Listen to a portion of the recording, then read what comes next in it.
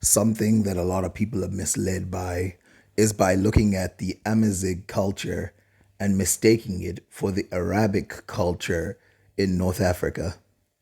These are two completely separate cultures. In fact, Arabic culture, though sometimes it's lenient, has a certain view of women working, that's the first one, and women being in control. This is almost opposite in native North African cultures. It more mimics the Southern African cultures, and you'll see what I mean. Do you ever wonder why most of my videos always feature females at the forefront? The reality is, in African culture, as I've shown you before, women do the majority of the work. And in some cases, they make the majority of the decisions. Now, of course, men are the head of the heads in some cases. In some cases, it can be anybody.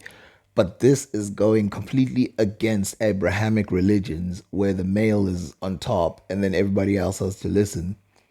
In fact, the Amazigh culture and other Southern African cultures are so similar that they literally claim to be the same as other people. For example, people don't know this, but some Amazigh people, or whatever you could call them, whatever you want to call the tribes, the North African tribes, they literally remember family members from Mali, from Niger, from Chad, because guess what? They were nomadic people. So they migrated. They still used to migrate as far and low and all this other place. But some people, they don't look at these migratory groups as if they're representing a nomadic people. Instead, people look at the fossilized location because of artificial borders created by colonists. I want you to understand what I just said to you right now. This is not a Pan African rant about borders. I'm just telling you that at one time there were no borders, and these people would travel from as far as Algeria all the way to Libya, and then they'd travel back within their lifetime, within time, and it still happens in the desert. And some of them would go as far down as Chad, as far down as Mali, and they would go back and forth. But if you don't believe me, let them tell it to you.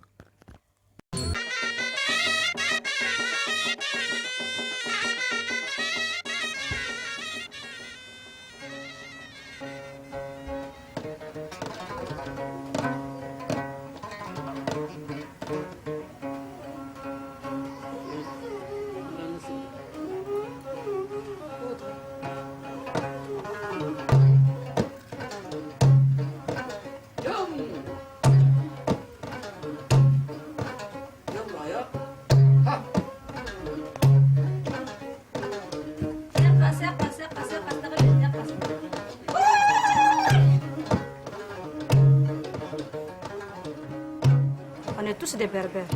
Quand on dit Touareg, c'est berbère. On est de la grande famille berbère. Du Niger, du Mali, de la Mauritanie, du Maroc, de l'Algérie, de la Tunisie. Tout ça, il y a des berbères. Nous sommes de la même famille berbère. Touareg, c'est un nom que les Arabes nous ont donné. On a été les berbères qui ont gardé l'origine du nomadisme jusqu'à présent. C'est pendant la rébellion au Mali qu'il y a eu des problèmes et nous sommes partis quitter le pays pour nous réfugier. Le groupe a été formé dans des camps de réfugiés. Il fallait l'union pour faire la force pour qu'on s'en sorte bien. On a essayé tout, mais avec la musique, nous pouvons parler de notre peuple, parler de notre culture et parler de nos problèmes dans le monde entier.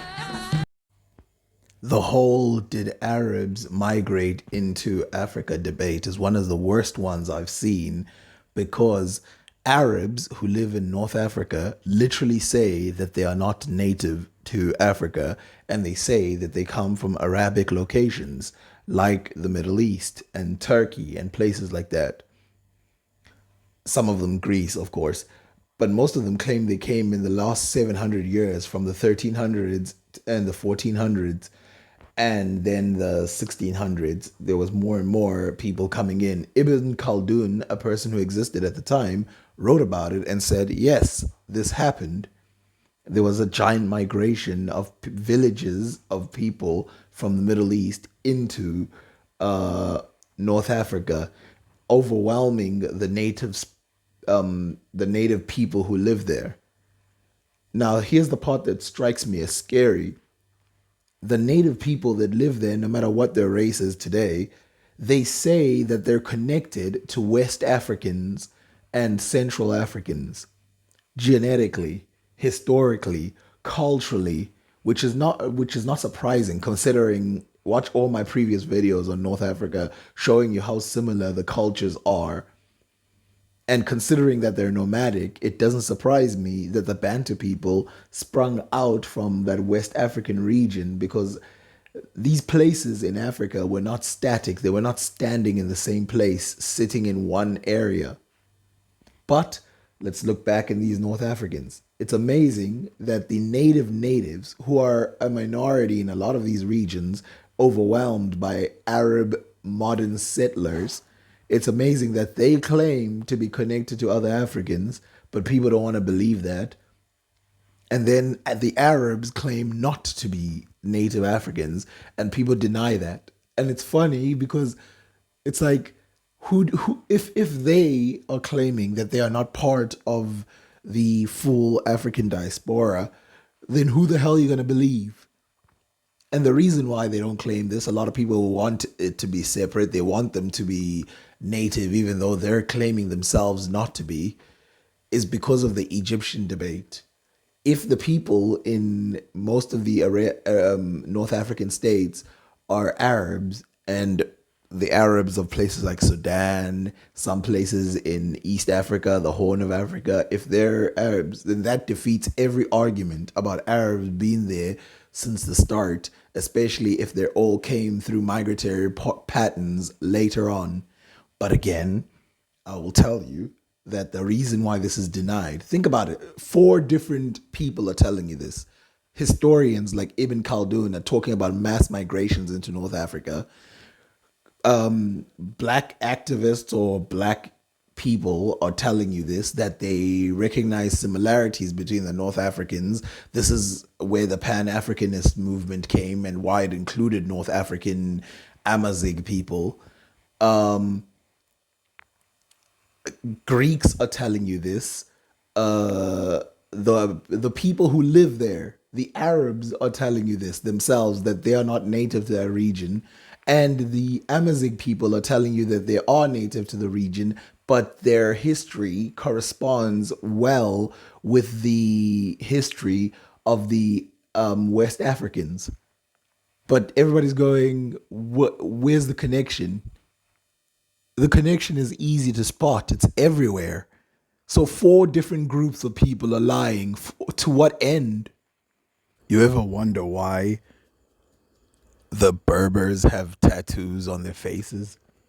These tattoos represent historical scarification, and they use geometric symbols, at least traditionally, they use geometric symbols to represent meanings in their cultures that then is translated and put on women a lot. And you see this within the Fulani people. You can see that they do the exact same thing, except that they have darker skin than the other people. The Fulani people are mainly lower in the region than the other North Africans, but they have the similar same thing as well. And I've shown you that the meanings of the Berber signs correspond with Bantu signs that are geometric as well. It's not that they're just geometric. Majority of their signs match the exact meaning. And not only that, this geometric pattern meaning thing is there in West Africa, East Africa, Southern Africa, Egypt, everywhere in the entire region, which is exceptional because it does not exist in the Middle East. At least it didn't until the Berbers sent it there. And the Arabs actually tried to crush this writing system. That's why it's a revolutionary, these letters are revolutionary for the Berber people. In Morocco, a tradition is on the decline. Berber tattoos were used to determine tribal affiliation and identity, indicate the marital status of women, as well as if they are ready for marriage. Not anymore. These two women are among a minority who still have Berber tattoos. Fatma Masoudi, 89, and Igudane Tagelmane, 86, live in a Berber town in Morocco. There were several tattoo patterns, and each one chose what they wanted. They used black charcoal, then stitched the skin with a needle and placed the substance through these openings, and wounds to remain inside the skin. This operation was very painful. Then I would wait for a week until there was a crust on my face. Then I removed it, and at this time we can see the final result of the tattoo. The Berber tattoo was totally different from what we see today. It had several meanings and several patterns. Each one has its own definition. But today this modern tattoo we see is not mine. It comes from other countries and young people prefer to do it. There are no properly documented origins of the tattoo culture among the Berbers, according to this historian.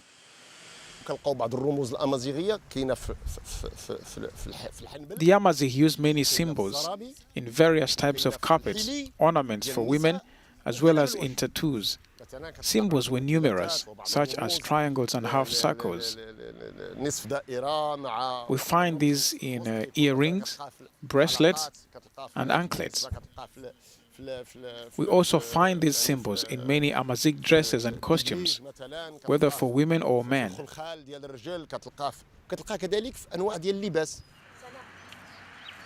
The symbols in tattoos can, among others, have meanings related to strength, energy, fertility, healing, and protection from envy.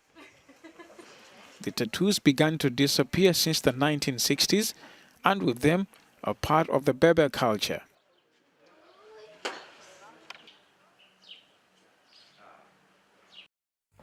You know, when something's this easy to connect to something else, I always feel like I'm missing something. And of course, I am, but let's first focus on what we just heard. The same symbols that are on their carpets, that are on their clothes, that are on their whatever, are the same symbols that they use on their tattoos. And as I showed you, the tattoos or the symbols match the symbols in West Africa and in Bantu cultures. But Bantu people come from Central Western Africa. And by extension, Berber people come from Central Western Africa and North Africa. That entire region was just for these people. And their culture reflects this. And of course, these symbols, I have a whole entire video that shows the exact symbolism and why geometric patterns mean something in this case and they mean something. And this is consistent throughout Africa. Not even one place in Africa didn't have this. And so to see it here in North Africa, to me, is not a shock, but it is confirmation that it is consistent. And again, I will say this to you. If North African culture by the natives themselves is claimed to be connected to West African culture, and that's the culture that people try to pretend is the one that's like different than the rest, so therefore Egyptians must have had a different culture than the rest of Africa. But here's the thing, North Africans' culture is the same as the rest of Africa. So why would Egyptians be any different? In other archaeology, in history, you have to guess at the answers.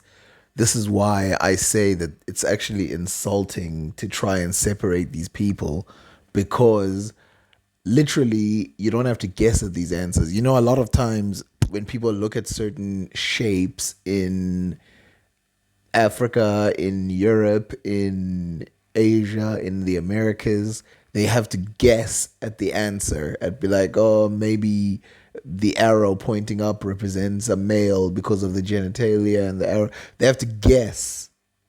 We have people who still practice this stuff today. That's why I put them on video and show you, like, okay, there, the people are on video and they're telling you. They're literally telling you what they use the symbols for now.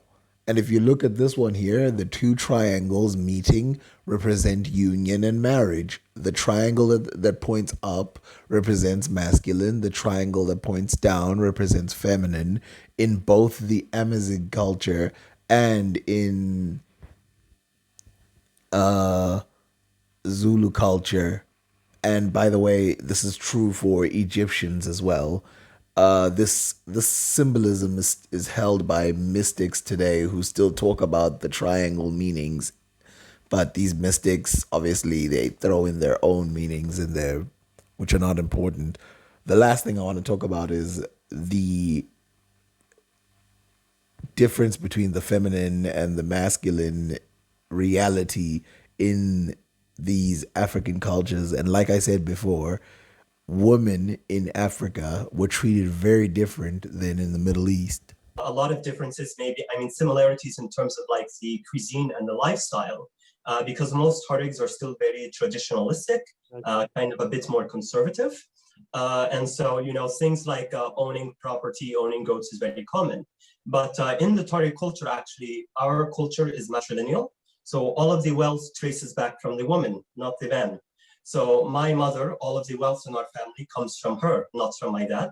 And my dad actually took my mother's name, not the other way around. So our culture, the women have a bit more status over the men. So that's something that's very interesting.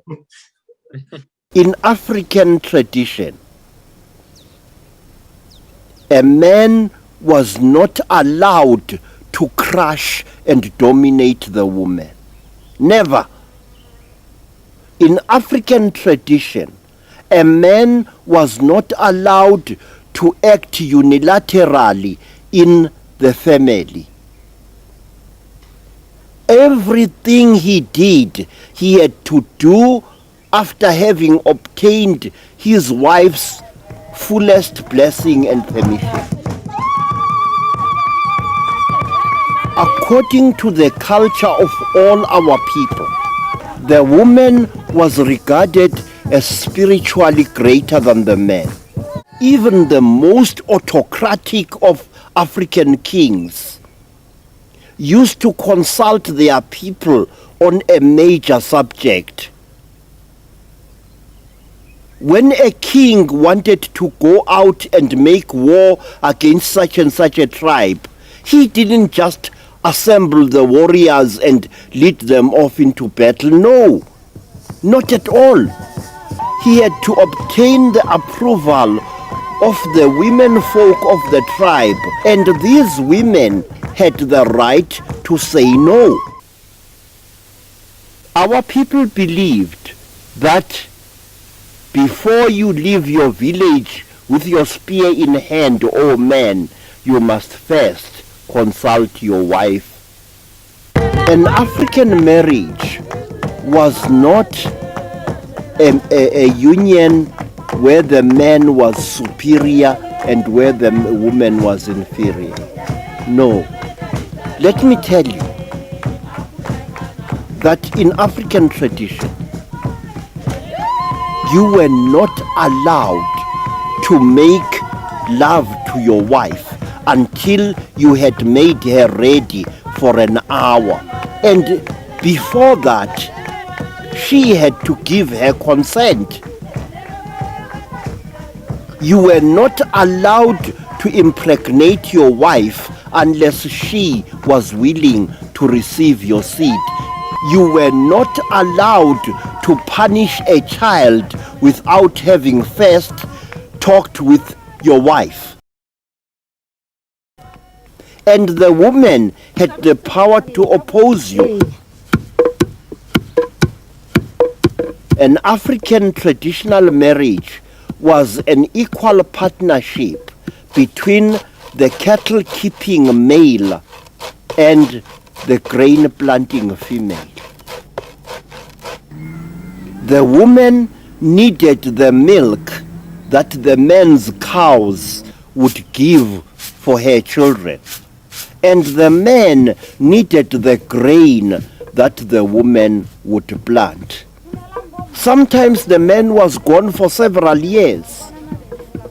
And when he did return, if he returned, he knew that his family was intact. And it was not force or intimidation that kept the woman in her home. It was her love for the man who was away. An important thing to stress is that femininity is connected with spirituality. And this is very, very important because, like I showed you with the Amazigh, you have the so-called wise woman as documented by Arab scholars because medicine was passed through women in conservative Berber culture. In West Africa, you will notice there's a lot of female shaman or a lot of female medicine women and a lot of female spiritual leaders. And you see this as well in Southern Africa. In areas that are more Christianized or Islamized, this is completely reduced down near to zero because the spirituality of the Middle East was more of a, I don't want to say they were oppressive because of course the Middle East is a very vast place and had very different religions over time, but this Abrahamic religion constrains the female rather than allows them to move. But you can see, as I'm showing you, entire site. Edward. Hello. It's Gus. Lovely to meet you. He tells me the ruins are so important to the people here that I must have the blessing of one of the site's spiritual guardians, Ambua Vazirira, before I can get in. Gus. So she is the key to the site. Yes, she's the key.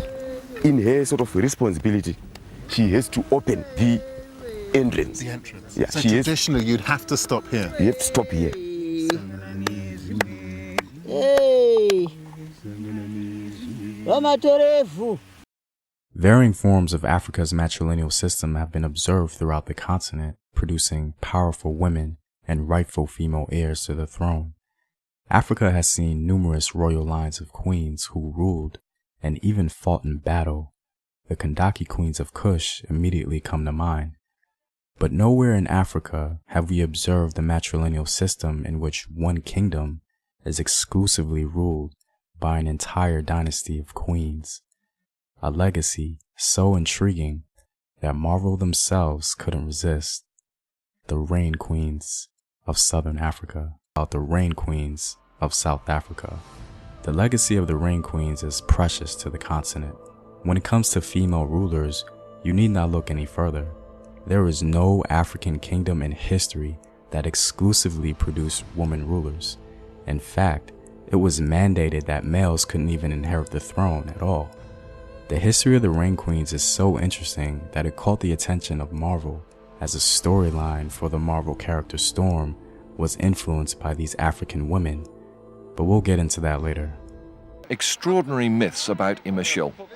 I've read you can buy a bride for a mere 3 bags of sugar. Such distortions outrage Miriam and her friends. C'est une société qui a tendance à être matriarcale. Comme des Touaregs, c'est la femme qui commande à la maison. Oui. C'est la femme qui fait tout. Oui. C'est la société berbère typique. Oui. Comment est-ce possible que des berbères vendent des femmes? Est-ce que vous avez vu des femmes se vendre ici? Zaid wants to strip away the myths. And far from buying his bride, Hussein says he'll give her 200 hard-earned dollars for her wedding gift. But he's annoyed at forking out another $30 for a certificate that's meaningless in Amazigh society, and he can't read it anyway.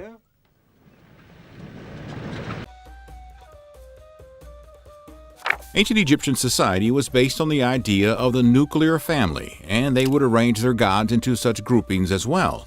Once a young man was well into adolescence, it was appropriate for him to seek a partner and begin his own family. In ancient Egyptian terms for marriage, Mini meant to moor a boat and find a house. The groom often gave the bride's family a gift, and he also gave his wife presents.